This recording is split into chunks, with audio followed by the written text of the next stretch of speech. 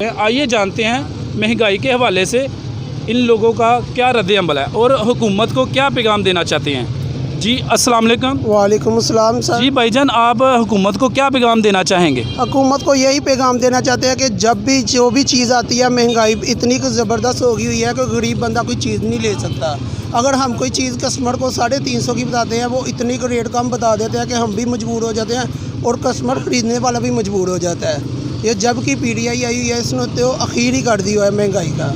हर चीज़ महंगी हो गई है, कारोबार बिल्कुल स्लो हो गए हुए हैं।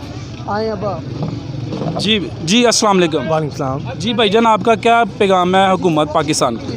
जी महंगाई तो सर इतनी हो चुकी है, बंदा कुछ खा पी भी नहीं सकता। जी। कुछ कह लें कि आजकल के दौर में इतनी महंगाई है, बंदा गोश्त भी अब इतनी ऊपर जा गया है कि खाने के बराबर भी कुछ भी नहीं है। तो अब बंदा कुछ भी नहीं ले सकता। जी थैंक यू। जी भाईजान, आपका क्या कहना है। जी सर यही कहना है कि दिन पे दिन महंगाई ऊपर जाई जा रही है। ठीक है, आज चीज़ 10 की है, घंटे बाद 20 की हो रही है। जबकि PTI हुई है, हर चीज़ अप हुई जा रही है।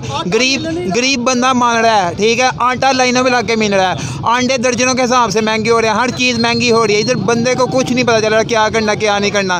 10 रुपये पेट्रोल कम करते हैं, 20 रुपये ज़्यादा करते हैं, तो ये मरने का मकाम है। जी बिल्कुल बिल्कुल। जी भाईजान, आपका क्या कहना है। महंगाई बहुत ज़्यादा हो रही है, लेकिन तलीम पर इस पर कोई तवज्जो नहीं दे रही जा रही, ना तलीम वाले को कोई फैसिलिटी दे रही है। ठीक है जी अंकल जी, आपका क्या कहना है। सिर्फ महंगाई के तरफ कह रहे हैं, आटा जो लेना लग के मिलता पे। जी जी। तो गरीब आदमी तो मर गया।